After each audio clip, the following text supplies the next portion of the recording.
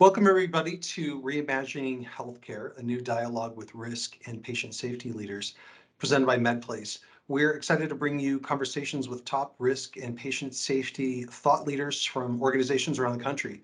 So please subscribe to get the latest news and content. And if you found this valuable, this episode in particular, feel free to share it. We want to get the conversation going with your colleagues nationally. And if you're interested in participating as a guest, by all means, email us at speakers@medplace.com. Now, I'm Jared Bailey. I'm the CEO of MedPlace. I'm going to play host today. You guys have heard me before, and I'm excited to introduce you to my guest today. I'm joined by Matt Keris. Hey, Matt. How are you? Matt is let's see if I get this right, is a civil litigation attorney who is active in national and state bar associations and risk management organizations. Matt specializes in litigation issues with, and here's the fun part, EMR and AI in healthcare. A lot of That's vowels. A lot of vowels. fascinating that you found your way there. Cutting edge stuff and really promising stuff. AI has been, well, AI has made a lot of promises over the years, hasn't it? Some It it's has. been able to deliver on, some it hasn't. But it's opening up this whole new area of consideration for risk managers. It's obviously pushing the envelope in things like the quality of and consistency and delivery of healthcare. But I think what we want and what our audience wants to do is we want to like stop and like hit the timeout and ask ourselves, like, what are the implications for us from a risk perspective if we should be using this stuff in like clinical practice, things like that. Yeah. Well, it's where they're already using it, but we're at a point now where in the adoption of it, where we can actually start thinking, okay, let's project out down the road how these things are going to, how the use of AI is going to impact our cases and our care. I've been talking about these things for the past year or so, and I think you saw me speak someplace else, and that's why I'm here. It is the money that is being invested in AI right now. If you're not aware of it, you should be. It's quite daunting when you just see all the money. If Stat Health Tech is a clearinghouse I subscribe to, and every day I get an email, mergers, acquisitions, capital invested in AI. It's amazing how much is being invested, and it's coming, and there's no way around it. And our risk providers need to be knowledgeable of it now to start planning ahead in terms of best practices and how to respond to some requests and how to go about some of the issues we're going to see in litigation.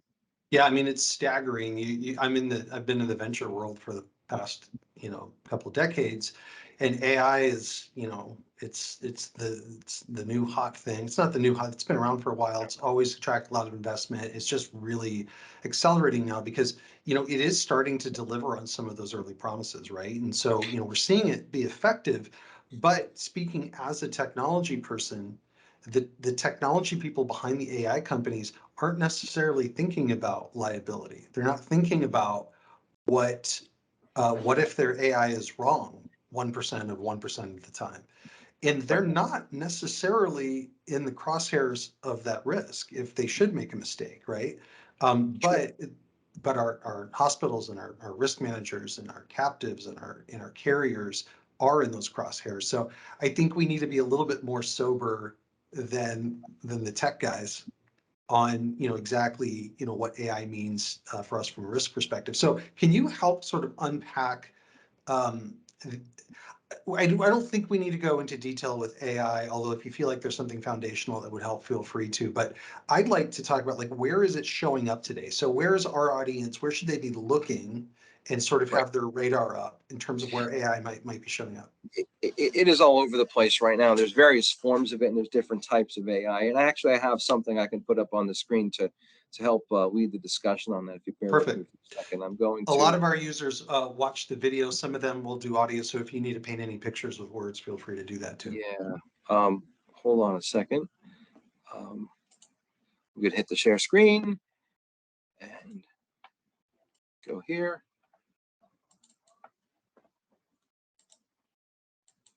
How'd we do? Not there yet. I don't see it yet. Okay. All right. Hold on. Isn't it funny the new skill sets we have to learn now that COVID made Yeah. us do All this? right. How about Hey, right? success. All right. Um, like I said, there are areas where we see it already. I mean, there's AI in the smart devices, the smart watches. We all see that predicting cardiac events, predicting falls. It's there already. So we're seeing that already. There's a big push for that. And there's some issues associated with that as health systems adopt these things and incorporate them in treating their patients. They have to be mindful of other things as well. Not only, you know, should we use these devices, but do our patients know how to use them? What is their capability to know, particularly with older patients who may be less tech savvy? Sure. How's their internet? How's their internet connection? Do they have good Wi-Fi? How's their high speed internet? Those types of things, healthcare systems are going to need to assess as they adopt these things moving forward. You're seeing a lot of AI in administrative tasks like automated scheduling and in dictation. There's state of the art technology for physicians to dictate. And, no matter how good these AI systems get, there's always going to be room for error. Like if the microphone on the doctor, if it's not next to their mouth, maybe it's up here, maybe it's over here. It may not pick up things. It'll pick up background noise. It may not pick up accents. It may misinterpret medical terminology or things of that nature. So it's not 100%. It's getting better every year. And you were saying we've had AI for a number of years. Where the best success has been so far is with what's called CAD, the computer aided diagnosis. Right. That's the radiology or the pathology.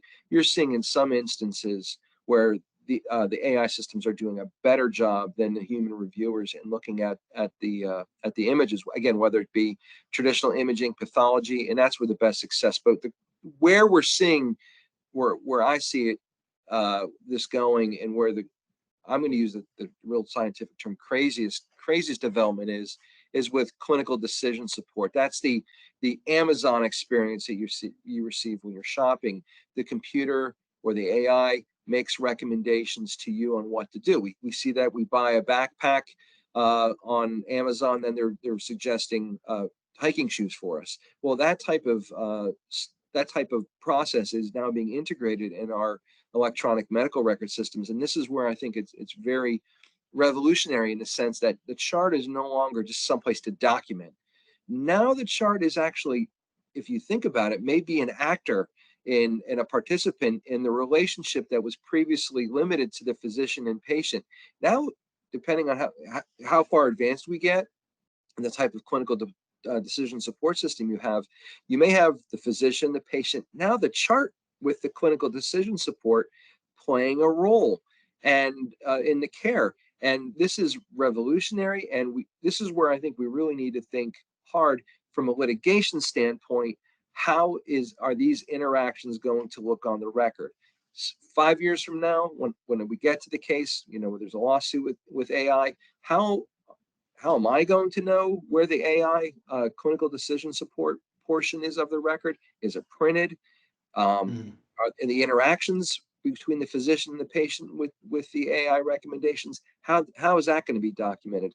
Now is the time where healthcare providers really, on this particular area, really have an opportunity to make a good difference and think about how those things should be done because it's the cases are driven still by the record. A good record will help defend these cases. If it's a confusing record, we're not quite certain of what's AI, if AI is involved, and how it's involved and how the physician interacts with it.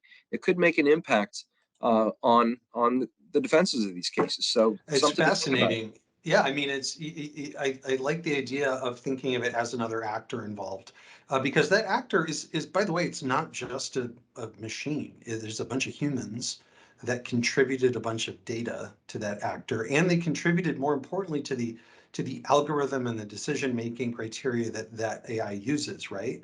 And Hmm. so, I can imagine a scenario where you've got an AI and it has not benefited from some new piece of information that may be pertinent to current standard of care. And so it's not factoring that in, or somehow in its algorithm process, it ends up making a recommendation. And does it make that recommendation 100 times before somebody catches it, fixes it, Mhm. re-educates it? Right. And what are the implications? Because, there's one thing about, one physician doing their work and making the same mistake over the course of years. We've seen it happen. It's unfortunate, but it happens all the time. And AI has the ability potentially to make those mistakes at scale. And, that's a significant, you know, whole new echelon of risk that I think we need to be prepared for, right? Absolutely. You can have a whole class of patients that are impacted by AI, whether they're making recommendations that physicians are adopting, and it's reasonable under the circumstances to adopt what the AI is showing. There could be good percentages that these decisions are being made upon, but there are problems with AI. There could be errors. One of the things that people need to know about is that there has to be a routine retrospective analysis of what's going on with the clinical decision support systems. There's numerous reports already where, although the AI was very good at the outset, retrospectively they look at things, and there's bias that can play a role in wrong decision making. There's even a report that, again, through MIT, this was reported in Stat Health. MIT reported that as AI systems and these algorithms get older, they get less accurate, and they could be giving inaccurate recommendations for the physicians to follow moving forward. So and if it's not caught, it actually may be AI may cause more problems than good if we're not on top of it and looking at and evaluating what it is suggesting to us. And the biggest reason why we have to do retrospective analysis is because AI doesn't tell you the why. It doesn't tell you why it's recommending something or why it came to that conclusion. So that part of it is rather scary, and it can make our cases much more complex to explain to the jury and the judges and everyone else evaluating these cases. Well, I mean, that's just another technology thing that I know it's not. So, AI ends up having its method for deciding on something, but more often than not, we don't know what that method was that it followed. That's right. You can do AI in a way that it can actually even generate its thinking process, right? Are we Hmm. doing that? Are we seeing that in clinical practice? I don't think I have not seen it in clinical practice. It No. might exist, but I imagine that, if there's a lawsuit 5 years from now, like we got to produce something, right? And Right. what do we have to produce from the AI? Like, what do you think we should be thinking about now? Like table stakes, what do we have to produce, and then Sure. what should we Sure. be producing? It's it's going to be very similar now, uh, but more complex. What uh, healthcare professionals are dealing with in terms of the audit trail discovery. A lot of times, we all know this, it's standard practice. Plaintiffs' law firms are seeking the audit trail to find the aha moment where there's a records alteration after the fact. The audit trail will show that. And part of the problem with a lot of healthcare systems is that they're buying a product that's created for them, and they could either, it's an evolving system, and no one really has their arms around it. They don't know how to get some information. People internally move on, and then you may even, for example, get a new product, and the old EMR vendor doesn't want anything to do with the healthcare provider. They don't want to get involved in the litigation. If there's a real issue, they don't want to have to turn over their proprietary information.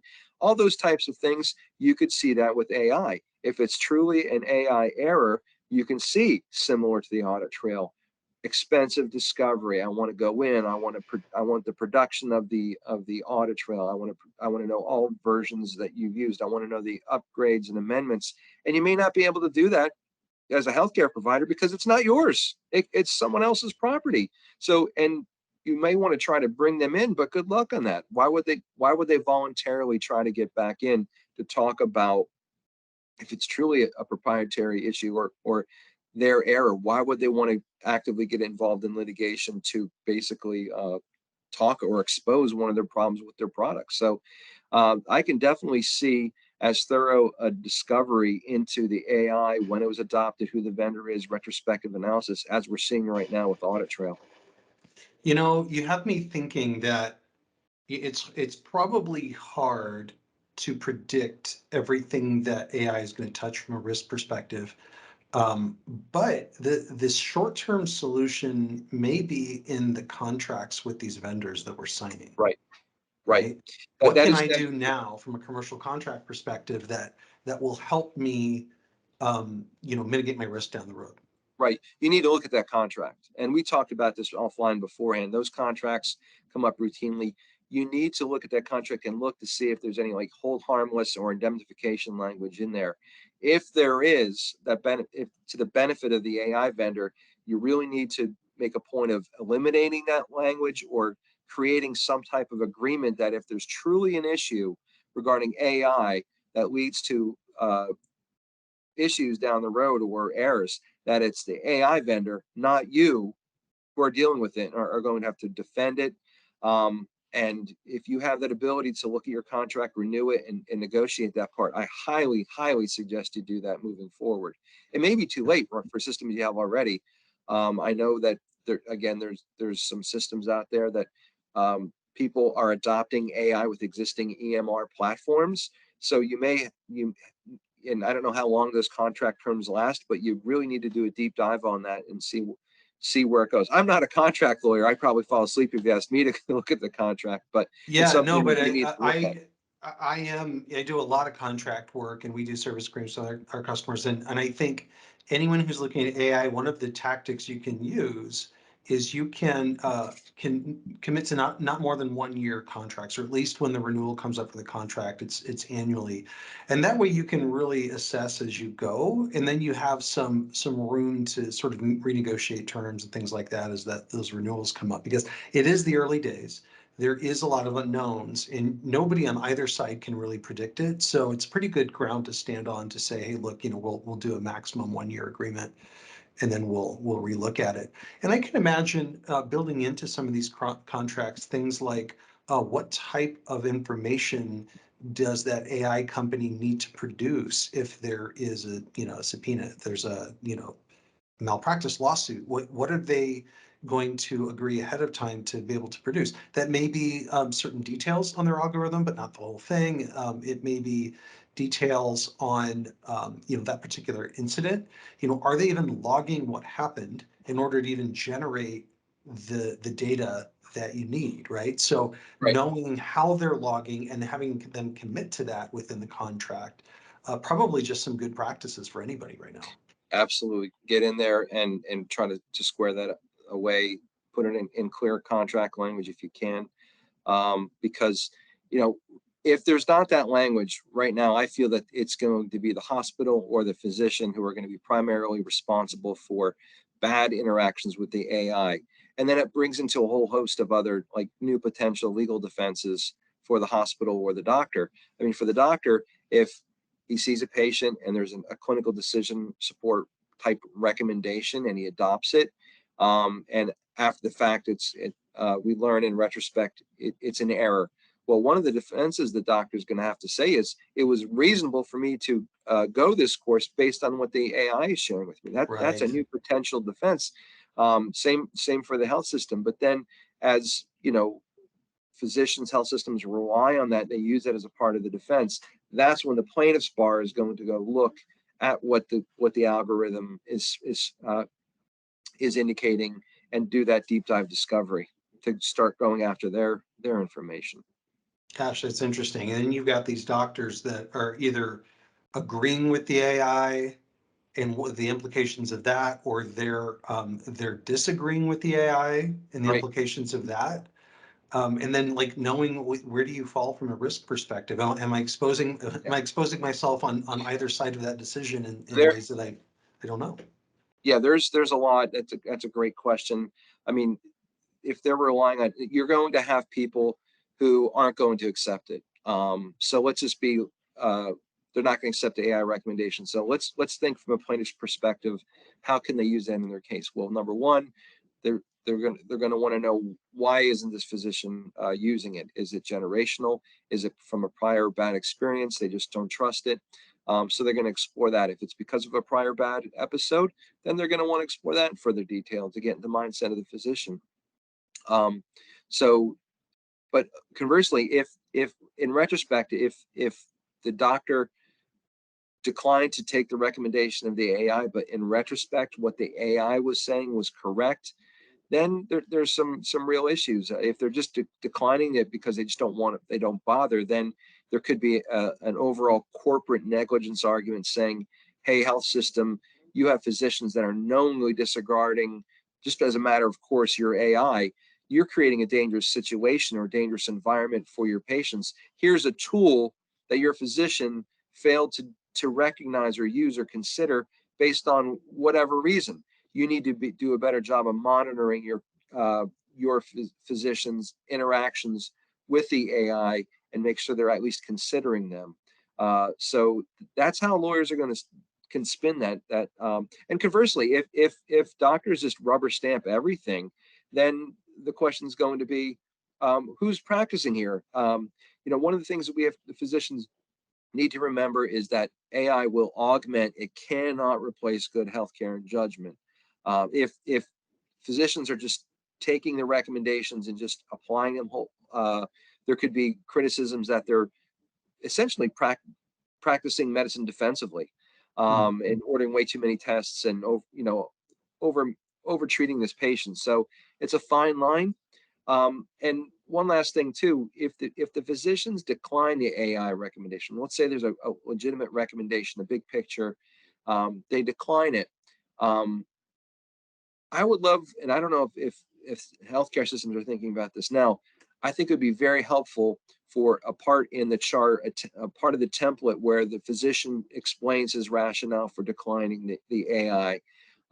That information is on why it was declined, if it's documented simultaneous to the care, is much more strong 4 or 5 years down the road than in a deposition where the doctor doesn't remember or is trying to think of a reason why it declined the AI advice. So that is, again, someplace now where our healthcare providers should be thinking about is how to document physician clinical decision support interactions, particularly if there's a rejection of the clinical decision support.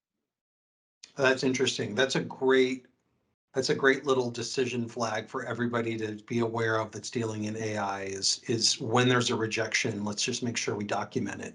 And frankly, the AI companies that are in there that are implementing these systems and teaching their AIs, they should really be proactive with some of this advice as well. Truly. It makes me wonder, is there any kind of governing body, or is anybody organizing around this topic yet in No, healthcare? Have you seen? no. This is so Can you go build that? That would be a great thing, I think, for yeah. everyone to have, is Well, a hey, place you can exchange notes and best practices for implementing that AI with risk in mind. that would be a great. I mean, going. I'm an active member of ASHRM, the American Society of Health Risk Management. They were the ones who actually first got me in to write a journal article about this. But a clearinghouse or some type of place where healthcare providers can share this information makes a lot of sense. I mean, the money and the speed of which AI is coming at a fast pace, and although there's some FDA oversight, it's not very strong, and because they want to encourage this. So these AI related issues are going to come at a fast and furious rate. And if we need to, healthcare providers definitely need to talk and share amongst themselves uh, where their successes have been, where their failures have been, and share that so we can avoid the same problems coming up and over again. Yeah, I So mean, yeah, maybe I need to it's get a back. lot of Maybe money. it is a It's a lot of lot of money. money, and it's coming like a steamroller. And It's if steamroller. we think that there's a lot of responsibility behind that money, I promise you there's not. I've been in the venture world long No. enough. And just like electronic medical records weren't really considered with litigation in mind. I mean, think about this: for all the money that's been invested in electronic medical records, and how widespread. I mean, everyone's compliant now. You know how difficult it is to defend a medical malpractice case when you print the EMR, which we do in most of our cases. It's atrocious. It's expensive, and I've seen you it. know, It's like you have to know how to read code just to understand truly. what it is. Yeah. Truly, you have to flip to 5 different areas to get a vital sign or an exam at a particular time. So they never, the AI vendors, the EMR vendors never thought of litigation when they prepared these things. I mean, now is a time where we can at least maybe get in a little bit to the tail end with AI, but it would really be beneficial to have the litigation aspect of it in mind when you're talking with your vendor on how these things can play out and what their involvement will be, how, if there's a request for the information, how to go about providing it, just a whole host of issues. And It's of course, fascinating. our risk Sure. managers are the jack of all trades. They usually get the assignments when the system doesn't have anyone else or with the title to it. So just add another responsibility to our hospital and health system risk managers to do. They're doing so much already and overstretched, and so this Yeah. is just unfortunate for them. This is just another issue that they're going to be dealing with. Well, I hope maybe we can go nudge Ashram if they haven't done it already to create at least like a working group of those interested in AI, and we can get, it may not be the risk manager and all of those, but if we can get the person who's really kind of championing that product and that implementation at their hospital to say, as part of my being responsible with this new amazing technology that's going to revolutionize our care delivery, and it really will. But as part of my responsibility of implementing that, I'm going to also look at the risk side and make sure it's accounted for, and make sure I'm at the table with my peers as we're talking about how these things have been going, and where we see the vectors of risk. I think that would just be a really, really great thing to see. I've seen it in other industries. I just haven't, at least I'm not aware of it in this industry has come up yet. Right. Yeah, we bring them to the table, bring everyone together at this point. It's going to require more collaboration, risk, IT, medical records, everybody. We're dealing with AI right now just at MedPlace. So, we do a lot of taking that, regurgitated mess of EMR output and organizing it and making it streamlined for physicians and nurses around the country to be able to do chart reviews and case reviews and things like that. And it's a very manual process. It's humans that currently take that, and you have to have a clinical background, and you have to, create tab PDFs and all these things. But we've been experimenting with AI for the last year and a half. And at first it was rough, and now it's getting better. And now it's getting even better. And now I can take 10,000 pages of records, put them into the machine, and it can spit out a pretty accurate, I would say 93% accurate, organized record. That's amazing, right? And if It the is machine amazing. did that, but what did that machine miss in all of that? The Right. needle in the haystack stuff, that sort of thing. So I still have to have a human comb through it, but that human might be able to do 10 times as many, projects at the same time. So that's sort of the immediate promise of AI to me. Is it's not a magic bullet. It's not going to solve all of our problems, but Oh, it's come long far enough that it's starting to deliver on some of those promises, and I think we just need to watch it and just be aware of where our risk is. absolutely. I think it's going to, electronic medical records were promised to improve care. That didn't happen. We know that in retrospect, but truly, I see AI as the evolution of the electronic medical record. And once we get this, and it's going to take some while, there's going to be some successes and some failures, but truly, if this gets rolling the way they projected, it is going to improve care. Care is going to get better. Claims will go down, shorter hospitalizations, less costs, healthcare costs, which benefits everybody. However, there's still going to be mistakes. There'll be less claims, but the claims will be more sophisticated and probably even more expensive to defend. But the offset is there should be, in theory, less cases. So it will Yeah, happen. It will get better, but it's going to take it some time. We're transitioning to this, but we'll get through it. that's great. Well, Matt, I was going to ask for parting advice, but that sounded like a pretty good summary of what we need to be thinking about. Anything else you want to add before? No, other than uh, we're in uncharted territory again, like we were with the electronic medical record. But we've learned some things about the introduction of the electronic medical record, and that is we need to get people at the table. We need to get these vendors in there, so and talk about these things in advance. We're still at a point early on in this that we can make a difference. So let's continue to do that. Work together, share our successes, share our failures, and do the best we can because it's coming. It's inevitable. and it's going to improve. It is going to improve everything, but not without its trials and tribulations. We do have to break a few eggs to make an omelet here in the tech world. That's true. And it's Well just said. everybody's job to be, aware of it. Matt, how do people find you, get a hold of you? I'll definitely link to it in the show notes, but how do we find you? Very easily, you can Google my name, Matt Keris. My email is M as in Matthew, P as in Peter. My last name Keris, Keris, and I'm a shareholder at Marshall Dennehy, Warner Coleman and Goggin, which is where we've shortened it to Marshall Denny, but the domain name is mdwcg.com, or you can look up me on LinkedIn and reach me at LinkedIn as well with the Matt Keris or I Matthew think Keris. you're Matthew Karras on LinkedIn. There you go. Thank you. Perfect. Yep. I'll link to all those things in the show notes. But Matt, this is a super interesting topic. I mean, we're bleeding edge on this AI stuff in some cases. But I really appreciate you starting the conversation with everyone so that we can like start to be a little bit more sober as we have the machines take over the world. Hopefully not, but thank you. I want to be a part of the ride too, so keep me in mind. And it was great work talking with you, Jared. I'm sure we'll see each other soon. Perfect. Well, for everyone else, thank you for listening to Reimagining Healthcare, a new dialogue in risk and patient safety leaders podcast. Subscribe and share if you found it valuable. And if you'd like to participate again as a guest, just email us at speakers@medplace.com. And follow Matt on and connect with him on LinkedIn and take a look at some of the other stuff he's doing. Matt, you're on a major speaking tour. It seems like every time I see you, you're beating the drum. So thanks for doing the good work. Got to get to word. Like Paul Revere, got to get the word out. That's right. All right, Matt, good to talk to you. We'll talk soon. Okay, thanks. See ya.